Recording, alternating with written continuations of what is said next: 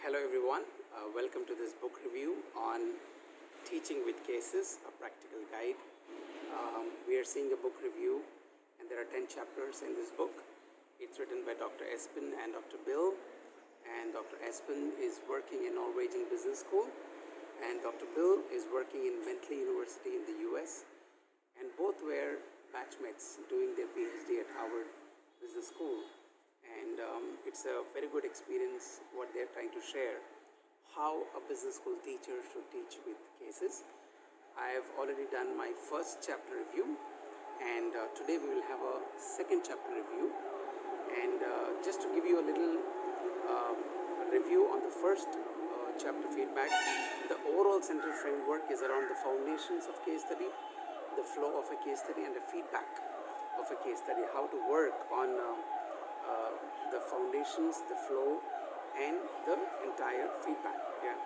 So the foundations is again taken care in the chapter 2, and the flow will be given in detail in chapter 3 and chapter 5, and the feedback, how to get the entire case teaching feedback, that's available in chapter number 4. So in today's book review, I told you there are 10 chapters and I would be doing a review of every chapter, and today we are doing the chapter 2, Foundations. And the beginning of this entire chapter 2 is wonderful. It says, right, it's believed that at least 2/3 of your success as a case teacher lies in what you do before the course starts, how you prepare yourself, your course, and the contract between you and your students. That's amazing, right? 2/3 of your success as a case teacher, it lies in before what you do before the course, right? You know the next fall sem or a spring sem or a winter sem or a summer sem, you know you're going to take this course.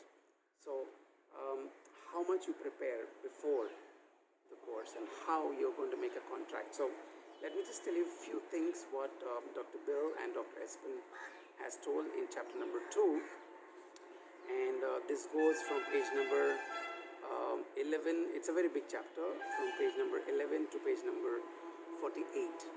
Page 11 to page 48 is the entire chapter 2.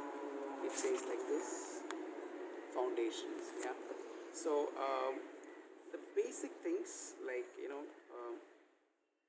taking ownership of your course, taking ownership of your case studies, right? And there's a research by Ambady and Rosenthal in 1993, which says students' opinion of a teacher tend to form during the first 30 seconds when you see him or meet him or her. Right? It's been published. It's a lot of research. So how we take ownership and how we present ourselves in the case, and making a contract between the students and us, between the whole course, how the entire semester we're going to take case-based teaching for the course. So I'm teaching lean startup management, so I'm taking some case studies which are successful, some case studies which are failure startups, because we also want to know why the startups failed, and how I make this entire case well in advance.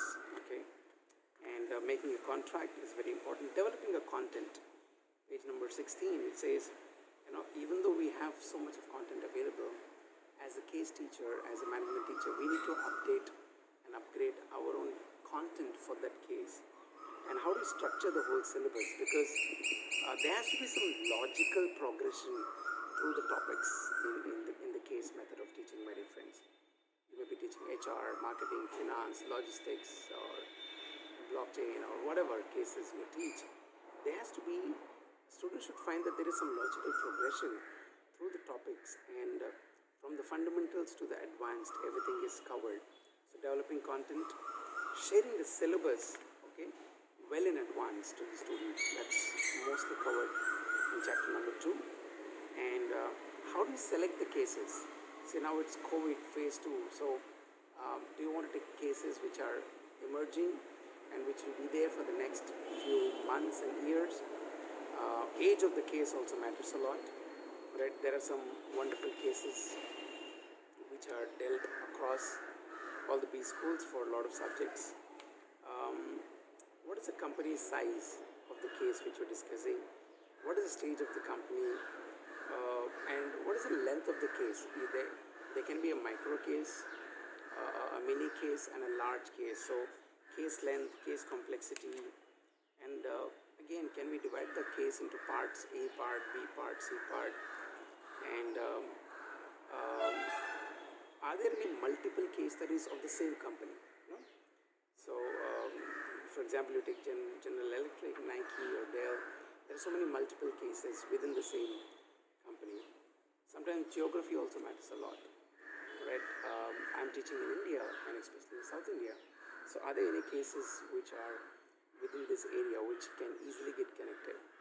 Or when I'm doing an international case study and I have students from different parts of the world, can I take some cases which have the geography in mind? All right, and then some are field-based, some are library cases, and apart from the gist case, in chapter 2 in foundation, the authors have given more importance to selecting readings and textbooks. So extra reading materials, additional key papers, yeah. And using teaching groups. Can we create small groups within the subgroups of students?